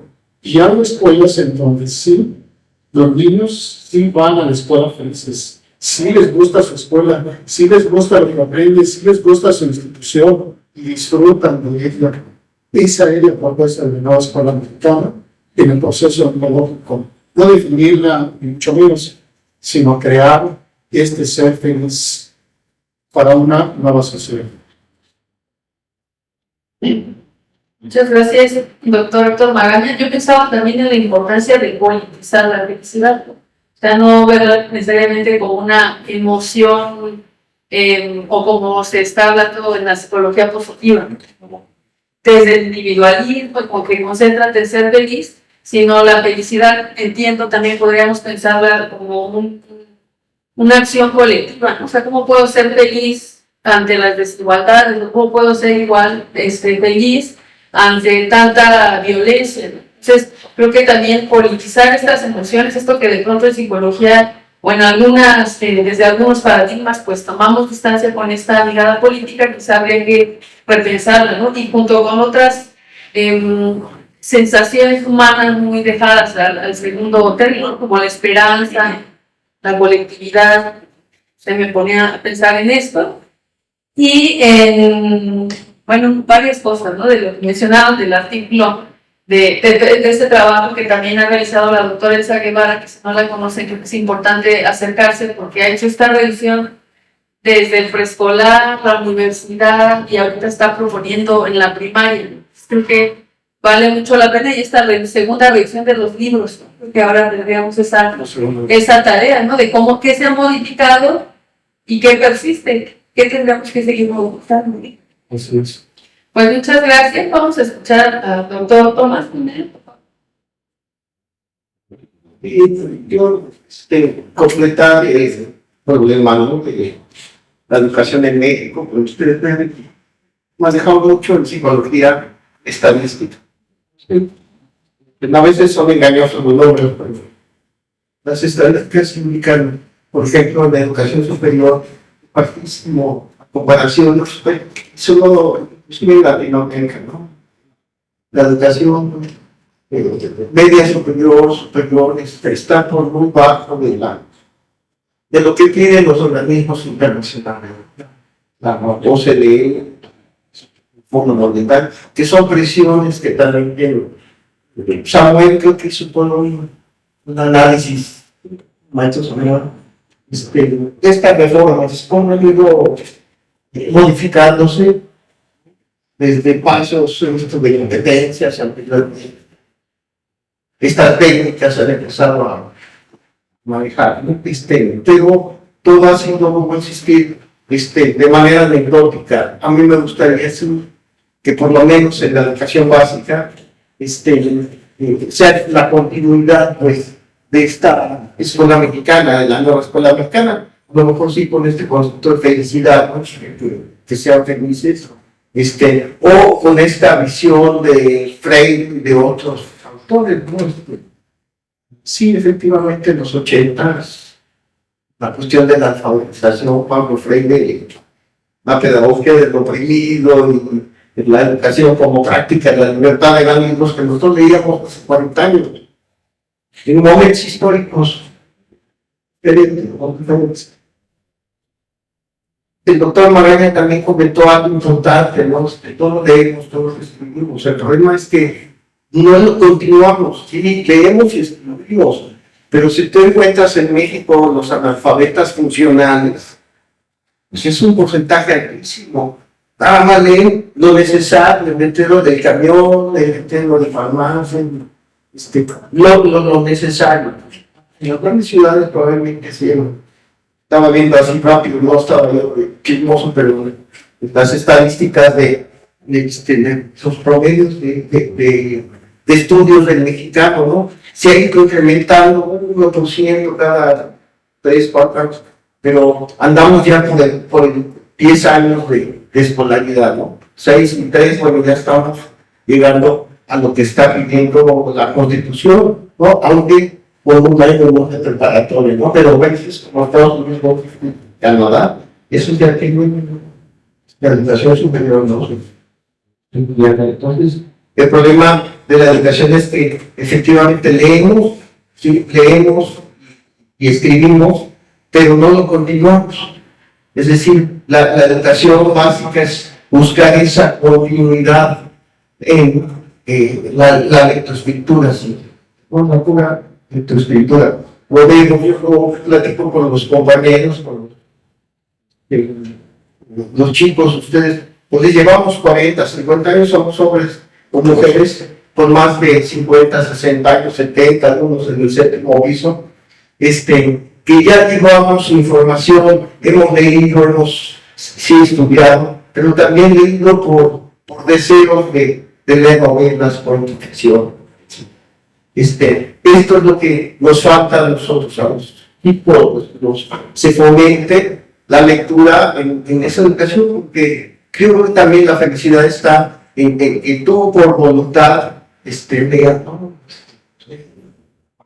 Las preguntas, ¿quién ha leído Los Miserables? O bueno, El Jorobado de Nuestra Señora de París, o tantos libros que hay, pues hasta hay el libro de los libros, ¿no? Los 100 libros más leídos, ¿no? Te pones de ahí para que te pongas a buscar la lectura, ¿no? Entonces, creo que es un problema, ¿no? Es un problema, y sí es preocupante, yo lo dejaré, es preocupante que no sea tan anecdótico este sexenio, lo probablemente llegue una presidenta, estamos hablando ya de un futuro muy cercano, nada lejano, de una futura presidenta y probablemente un futuro ex policía en nuestro gobierno, que no esté por acá pero bueno, lo dejamos. Sí, el gobierno está haciendo cosas muy necesarias, ¿no? Muy necesarias para la educación y la psicología educativa también juega un papel importante. Noten que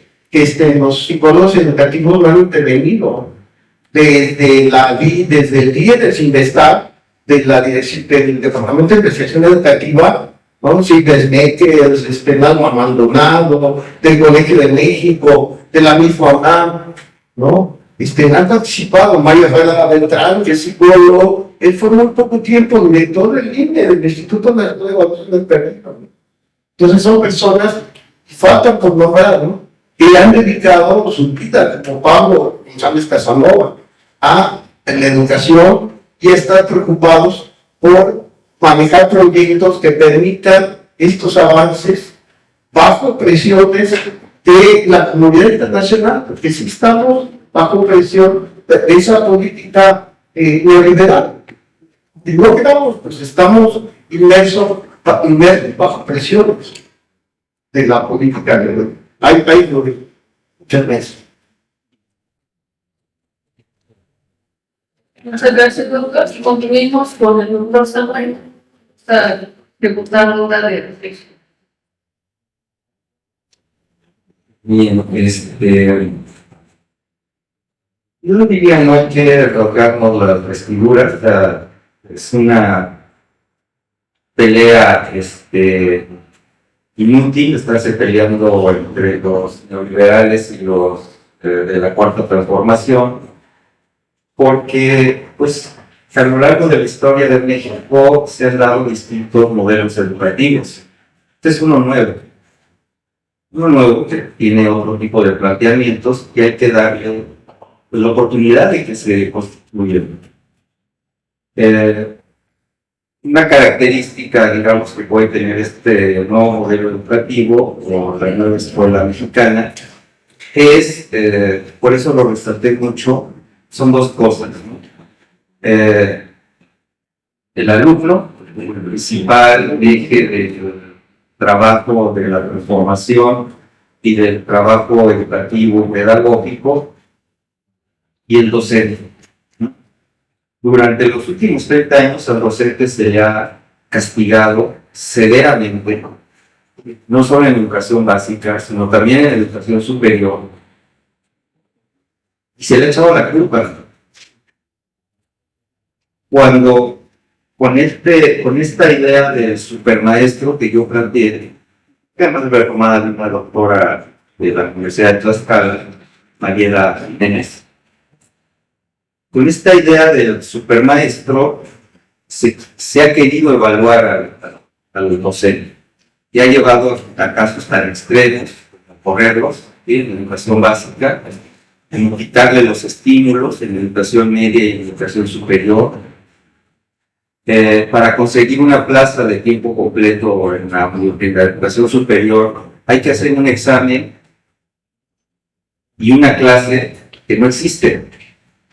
O sea, sobre todo en psicología. En psicología trabajamos en pequeños grupos, pero hay que dar una clase en un grupo grande, una clase teórica, marcando todo lo que dice cierto tipo de pedagogía y cierto tipo de didáctica.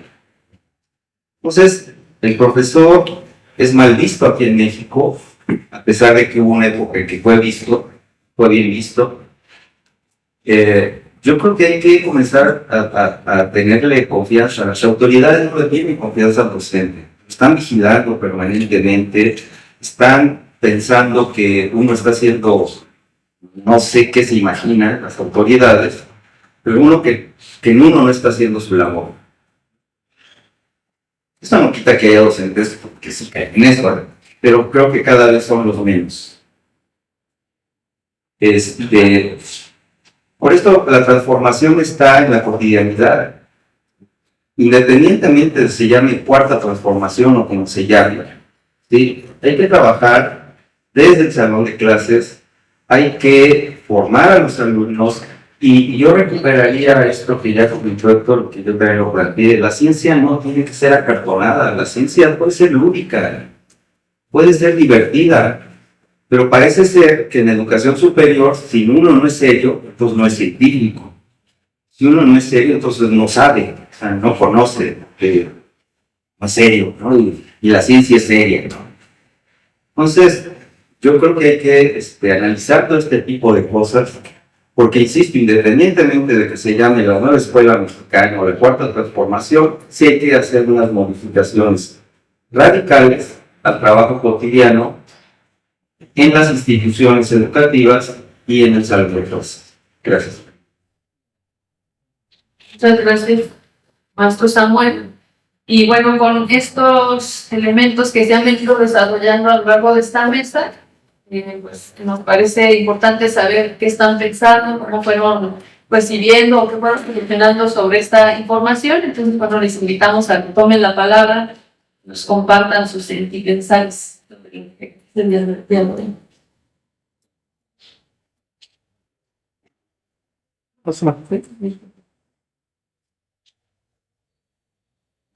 Bueno, antes que nada, buenas tardes. Y me gustaría retomar un poco de las ideas que se tienen, más que nada sobre los profesores. Bueno, yo lo he visto desde la primaria, de que anteriormente todo se ve muy repetitivo. En cuanto a llevando, por ejemplo, lo de comprensión lectora, como por ejemplo, muchas veces lo que se evalúa es la velocidad hacia los alumnos que tienen para leer las lecturas. No se retoma de si entendieron, no se retoma nada, no es así como de, pues este niño leyó tan rápido tantas palabras, entonces vas hasta arriba de la lista, y puede ser que la persona que no lee tantas palabras pero entiende mejor el texto, se siente mal por esa forma de evaluación.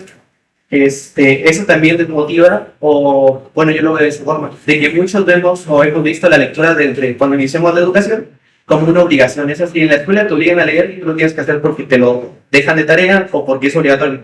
Entonces eso también afecta a que a muchas personas puede ser que sus materias no les agraden tanto y no les llamen tanto la atención. Entonces, al comentar algo de que tú lo lees por obligación, es como que se queda así siempre. Entonces, y otra cosa era, por ejemplo, lo que se mencionaba, de que muchas veces la forma en la que los profesores enseñan, más en la educación básica, es muy repetitiva. Es así como de, tú tienes que hacer esto de esta forma y luego te ponen un examen y escupes todo lo que tú aprendiste, lo escupes en el examen.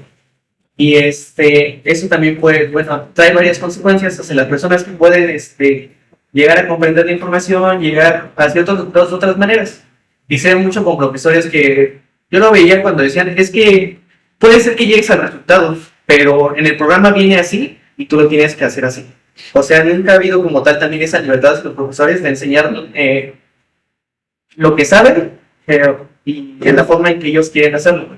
Y lo veo ahorita que entro, por ejemplo, desde CCH, que llegas a un modo un poquito más diferente. Los profesores tienen un poquito más de libertad desde mi punto de vista. Pueden enseñar de otra forma y los alumnos no están acostumbrados. Están acostumbrados a que se les exijan las cosas, a que se hagan puntualmente como tienen que ser, a que el profe diga, la cosa es así y así las tienes que hacer. Y entonces, en cuanto el alumno tiene esa libertad de empezar a hacer las cosas como él quiere, o sea, cuando tiene la libertad, como que no se siente presionado, y como tal no lo veo tanto como, no sé, no lo veo tanto que sean alumnos que digan, es que este profesor me enseña, o este profesor no da bien la clase. Y mayormente es porque les dan esa libertad, es así como de tú elige cómo quieres llevar las cosas, tú hazlo a tu ritmo, o por ejemplo, si te dejo un tema, tú investiga de donde tú quieras. Y muchos también así, es que no viene un texto, entonces pues no voy a leer nada y no hago nada. Entonces, también hay que ver como esa parte de que es importante cambiar desde el inicio, desde la formación básica, de darles también esa libertad a los alumnos, de que no solo todo sea establecido, para que cuando llegan al momento de cambiar a los estudios ya, por ejemplo, universidades, de preparatoria, cuando se les da la libertad, no tienen la confianza y no saben cómo llevar las mismas prácticas de estudio, que es un problema que ahora se ve, que los alumnos no saben qué hacer, no saben cómo llevar su estudio, no saben qué es lo que le acomoda más al estudiante, y eso lleva a que, es que yo no le entiendo la materia y no me acomodo, me voy a salir de la escuela. O sea, muchos lo hemos visto así. Y otra parte importante es a lo mismo de que estamos acostumbrados a un cierto sistema, de que el profesor dice y tú lo haces, se vio también al momento de las clases en línea. Al momento de que no existe como que ese contacto directo de las instrucciones, varios alumnos eran así como de, pues está ahí la clase, pero como que no es obligatorio que esté ahí. Y muchos por eso dejaban completamente sus clases en línea, porque no hay no solamente la relación entre maestro y alumno siempre ha sido muy establecida como el maestro, la figura de autoridad a la cual todos le tienen que hacer caso, y lo que como él diga lo hacen. Mayormente en la educación básica nunca está esa libertad de preguntar por qué se hace así o de cuestionar hacia el profesor. Entonces yo siento que sí es un cambio muy importante el que se le dé libertad a los profesores de poder enseñar a la forma que ellos puedan acoplar, y a la vez pues, también darle más participación hacia los alumnos, porque antes era así, ¿no? Es así como a ti te educamos para que tú repitas ciertas actividades en ciertos horarios, y pues vemos que eso, de cierta forma, la sociedad se había acostumbrado a eso, y cuando viene este cambio de las perspectivas y todo eso, se ven los problemas como con los libros de ahora, de que varios dicen, no, es que no les enseñan nada, estos libros no se enfocan en lo importante. Entonces también tendría que verse cómo se podría ayudar o hacer que las personas que llevan algún tipo de educación pues no sientan como amenazados, ¿no? De que mis hijos no van a aprender nada con esta nueva forma de enseñar, porque las cosas no son así, que ahorita lo que estamos viendo no solamente es un problema ya también es un problema como mentalidad desde la sociedad de antes, de que las cosas así no se hacían en ese tiempo, entonces si cambian ahorita, pues es porque está mal. Entonces también sería como que esa pelea ya eso no solamente, bueno, no sé cómo explicarlo, pero ya también se ve que la sociedad de antes, pues sí, como que no está muy de acuerdo con las nuevas intenciones o la nueva forma en la que se quiere llevar la educación. Conteste. Yo también que. Sí, bueno, no sé si era algún bueno, yo creo que esto que ponías en la discusión de la cuestión generacional como un elemento importante, que al final me parece que nos convoca al diálogo colectivo, bajarnos de la idea de que los adultos son los que sabían y los jóvenes no saben, o al revés, ¿no? Como ustedes como jóvenes saben y nosotras, las personas adultas, no están como actualizados, creo que eso nos convoca a ese diálogo, que es justo lo que plantea la nueva escuela mexicana, ese diálogo constante, ese sentido de comunidad, ese sentido de interdisciplina, de compartir saberes.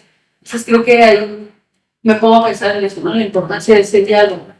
Entonces no sé si alguien quisiera compartir algo y enseguida, bueno, dame la palabra al nuestro, ¿no?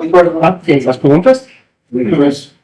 Sí, primero, muchas gracias por su participación, pero sí he de decir que me pareció muy tensa la exposición, porque además es una realidad que están ustedes más que menos de acuerdo con los políticos actuales, salvo en la última intervención de Samuel, cuando dicen que no importa cómo se llama, sino trabajar cotidianamente.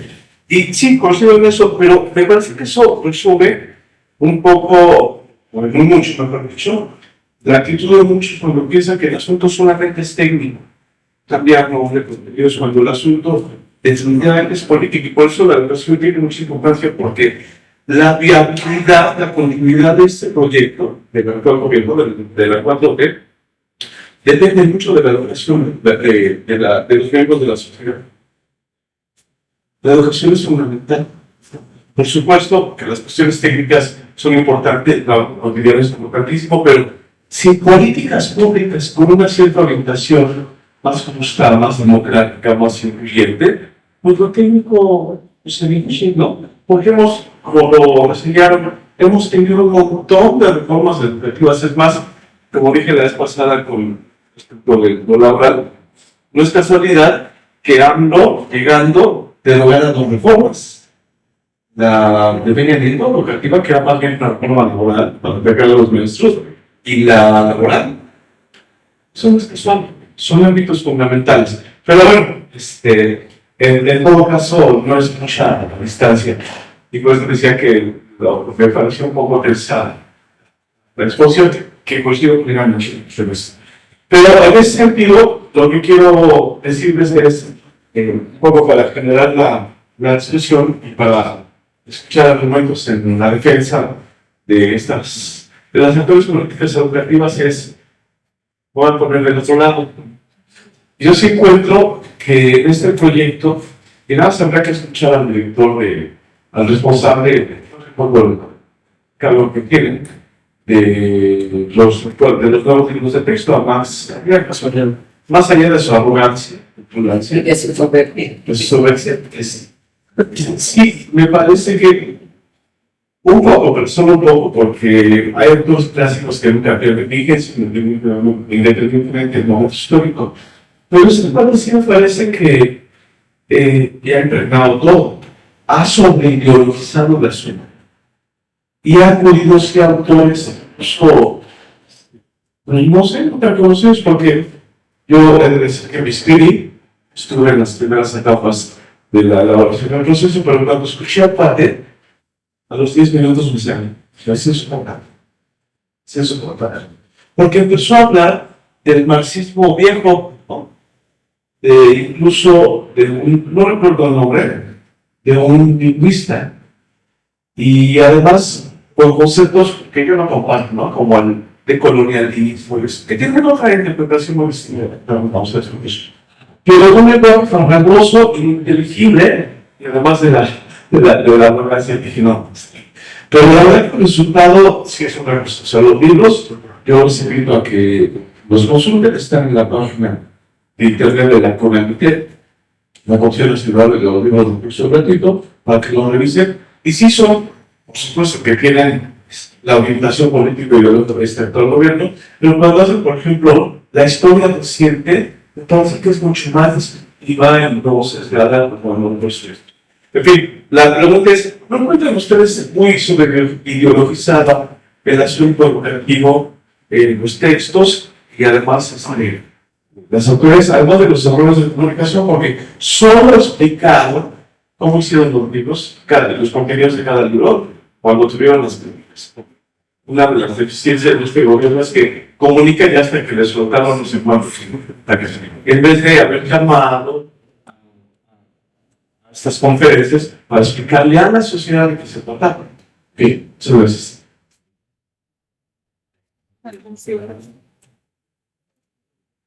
Sí, yo creo que, como todo, ¿no? Yo insisto, hay que darle la oportunidad, es un nuevo modelo educativo que trata de recuperar lo más propositivo de lo que se llama la escuela crítica, ¿no? Obviamente no podemos olvidarnos del marxismo, pero desde mi punto de vista la propuesta política e ideológica del actual gobierno está muy alejada del marxismo, ¿no? Desafortunadamente o sea, es como todo, ¿no? Una cosa es quien lleva la cabeza y otra cosa es quien hace las cosas, y hay quienes cometen barbaridades, hay quienes hacen bien las cosas, y una cosa es lo que dice quien lleva la cabeza y la forma de aplicarla de los demás. Insisto, hay quienes son muy brillantes, hay quienes la vean, pero vean. Yo creo que los libros están muy bien hechos, a mí me gustan los libros actuales. Sí, plantean una nueva manera, una manera distinta de ver el entorno tanto nacional como internacional, y están planteando propuestas pedagógicas ya ejercitadas en el siglo XX, pero marginales. O sea, los modelos institucionalizados son los que han permeado y llevan mucho a la cuestión de ser directivos, de que el docente es el del poder y es una cuestión sumamente vertical, pero ya se ha experimentado durante casi todo el siglo XX un modelo pedagógico horizontal. Creo que eso es lo que está recuperando esta nueva propuesta de la nueva escuela mexicana, de luchas sociales del siglo XX, donde hubo sangre, ¿sí? Donde está desde Freire, autogestión pedagógica, bueno, muchas propuestas del mismo Piaget. Yo creo, por eso yo digo, hay que darle la oportunidad, estamos en el inicio, ¿sí? Vamos a ver qué ocurre. O sea, no podemos cuestionar desde ahorita, bueno, sí podemos cuestionar algunas cosas, pero no podemos cuestionarlas si no se ha aplicado. Vamos a dejar que se aplique y vamos a ver hasta dónde tiene la oportunidad de generar una nueva, sobre todo, pedagogía. Porque muchos de los maestros todavía mantienen su postura de yo soy el profesor, yo soy el que sé, y todos ustedes no saben y les tengo que enseñar. Y eso de verdad hay que romperlo, porque eso molesta, fastidia cualquier proceso educativo que se centre en los alumnos. Gracias. Muchas gracias. Y bueno, vamos a escuchar a la profesora Sara.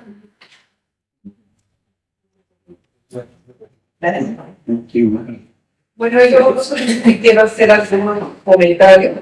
En realidad, sí creo que cualquier proyecto de país corresponde a un proyecto de nación. Si yo quiero una transformación, tengo que transformar la educación, fundamentalmente porque es la conciencia, es la posibilidad de una visión del mundo, del ciudadano, del ser humano, que tiene que transitar y desarrollarse dentro de esa nueva sociedad que estoy pensando en relación a la transformación. Entonces, pues es insoslayable un cambio, ¿no?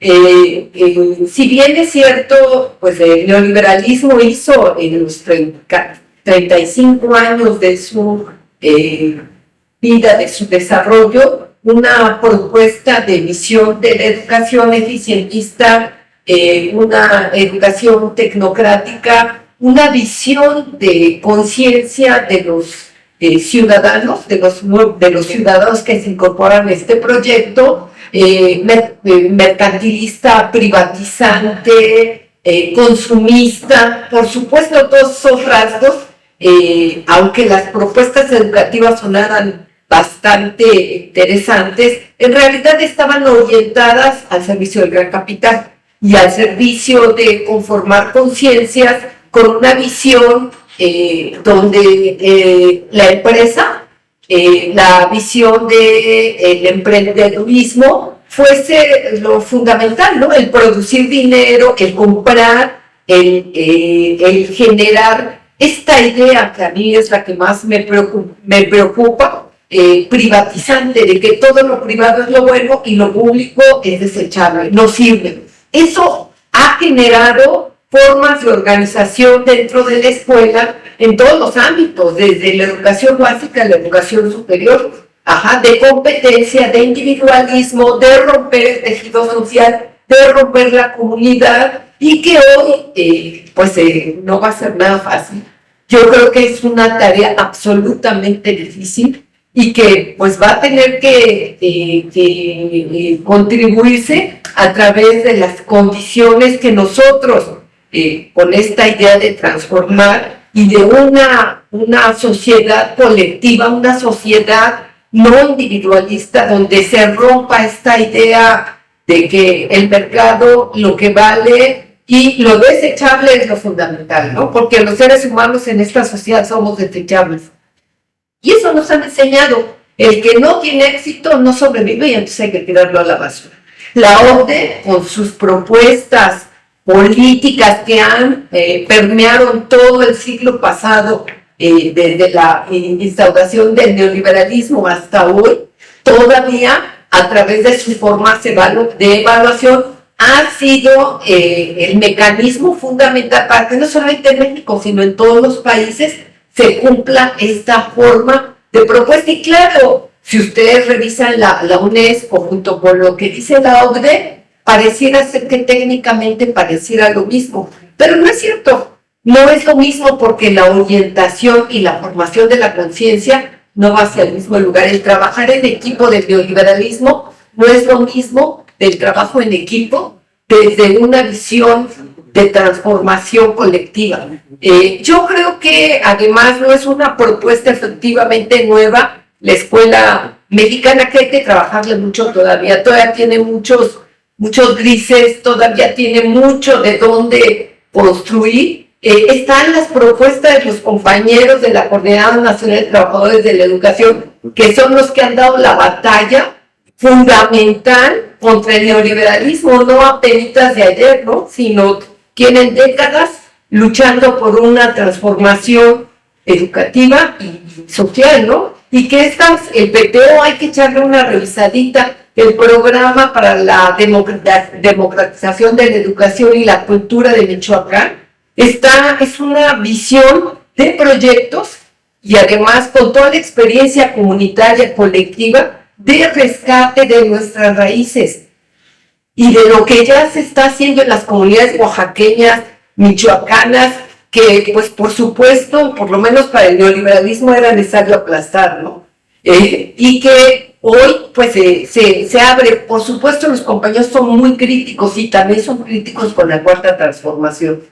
Para ellos, por ejemplo, todavía no es suficiente porque dicen ellos se tiene que abolir la reforma de Peña Nieto. No se abolió, se quitó la parte laboral, pero todavía falta más fuerte. En educación superior, la bronca que tenemos es que todavía la política neoliberal, vean toda la propuesta que se ha generado propositiva de trabajo, sigue teniendo esta idea del neoliberalismo. Nos congratulamos cada vez que nos aprueban un plan de estudio y decimos, ¡ay, qué padre! Pues esto es parte del neoliberalismo, del ranking, de las competencias, la universidad está en quién sabe cuánto lugar. Pues esta es una visión neoliberal. Entonces, ¿qué tendríamos que generar si de verdad queremos contribuir? Bueno, mañana viene el doctor Ordóñiga, perdón por el comentario, aunque yo creo que está bien, porque está invitando a la comunidad, y yo creo que no es, yo desde mi punto de vista no es para apoyarlo, es para abrir la discusión de hacia dónde tenemos que avanzar en términos de la transformación, porque si bien se aprobó la Ley Federal de Educación Superior, hay todavía muchos claroscuros, hay muchas dificultades y que no nos hemos responsabilizado los que trabajamos en este ámbito para decir así no, es que tendríamos que trabajarle. Hoy, por ejemplo, AMLO abrió la discusión de hacernos una autocrítica a los universitarios, autoritario, horrible, porque quiere destruir la universidad y no le quiere dar dinero. Yo creo que hay que hacer una reflexión mayor hacia dónde hay que contribuir para el cambio. Todavía falta mucho, estamos al inicio, y no solamente en educación básica, en todos los niveles educativos. Gracias.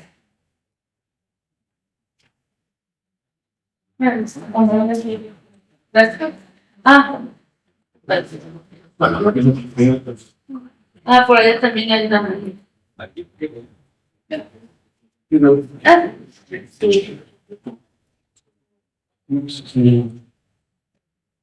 Bueno, pues yo estoy escuchando todo. A lo mejor desconozco muchos temas como lo hemos hablado desde cuando empezó el PG, pero creo que yo estoy un poco en desacuerdo. Por lo tanto, yo como estudiante dando becas me han funcionado, vengo de escuchar todo el trabajo, entonces trabajar y estudiar, creo que se le echa mucho peso al estudiante, se le echa el peso de la obligación de que nos tienen tachados como que no nos tomamos en serio nuestra educación y no he visto ese peso en profesores. O sea, creo que desde la pandemia, no sé, mis compañeros me van a dejar mentir, la evaluación ha sido a cuestión ya más personal, a cuestión de esta parte de la educación también en escuelas, de que las privadas y las públicas no la diferencia, que hay más exigencia. Realmente los profesores tenemos sobrinos en el nivel primaria y estuvieron en escuelas privadas, en una pública, se nota mucho la exigencia, mucho. No sé a qué se debe, no sé si es porque como estás pagando algo te exigen, es como necesitamos que se les enseñe bien porque estamos pagando esta educación, y en la pública es que se confía en profesores, y no se echan la culpa porque de verdad en toda la información de la carrera tengo de profesores que mis respetos, ¿cómo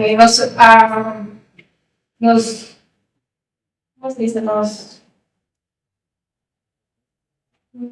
Nos orillan o nos invitan a ser más críticos y nos ayudan a esta parte de ustedes, ¿cómo lo ven?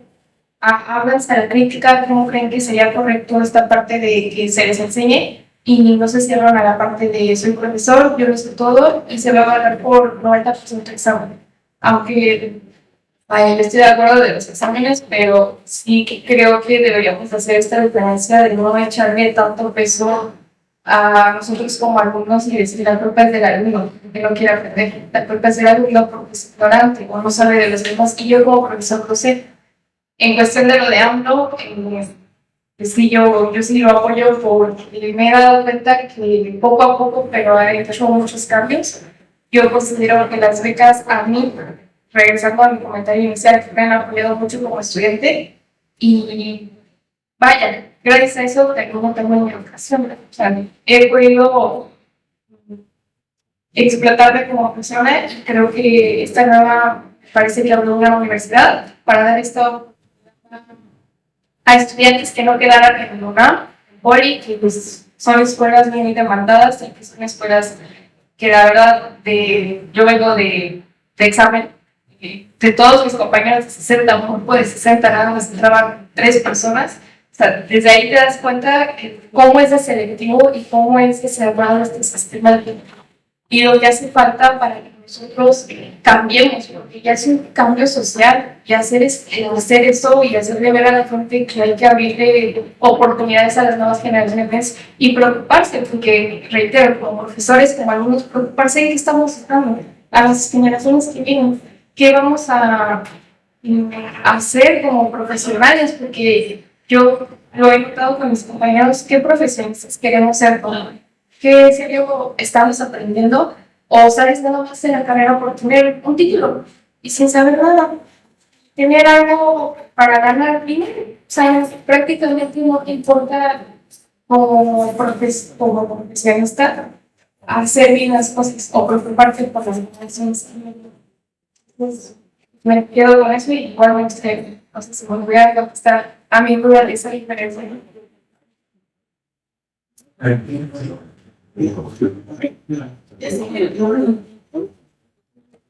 No, yo podría darle la respuesta a mi compañera porque yo toda la vida he estudiado en la escuela privada, yo vengo de escuela privada y bueno, sí se nota muchísimo la diferencia, bien comenta, se nota la diferencia más que nada en la disciplina que se te inculca desde que eres un niño.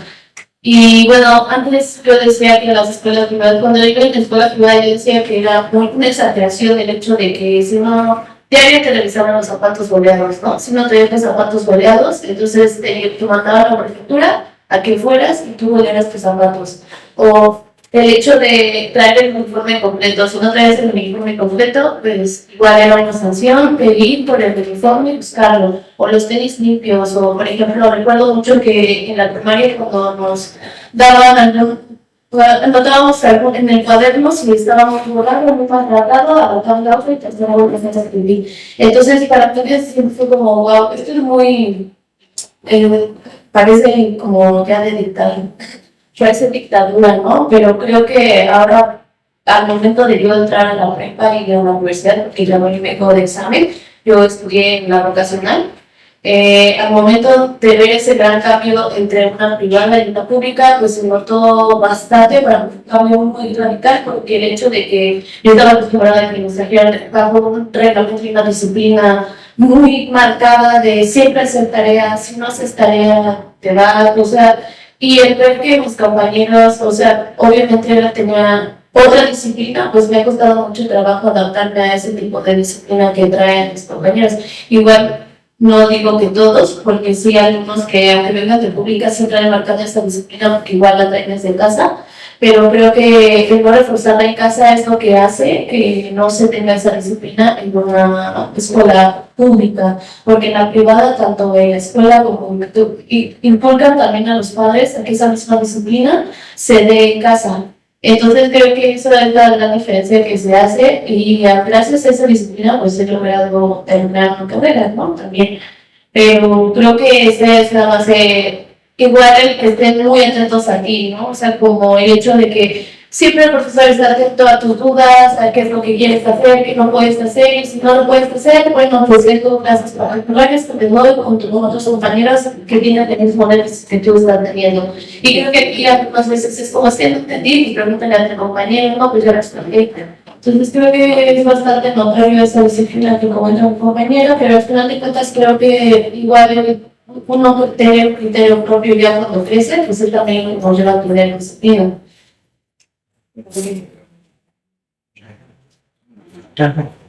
No, ya no, porque ya se van Sí. y digamos una de Héctor y Samuel.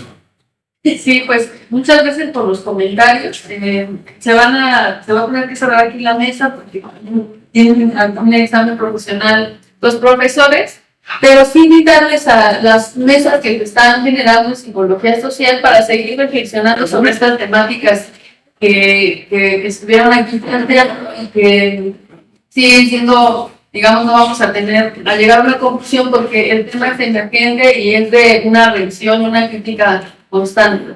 Entonces, pues, muchas veces hicieron más tiempo, pero se ha cumplido.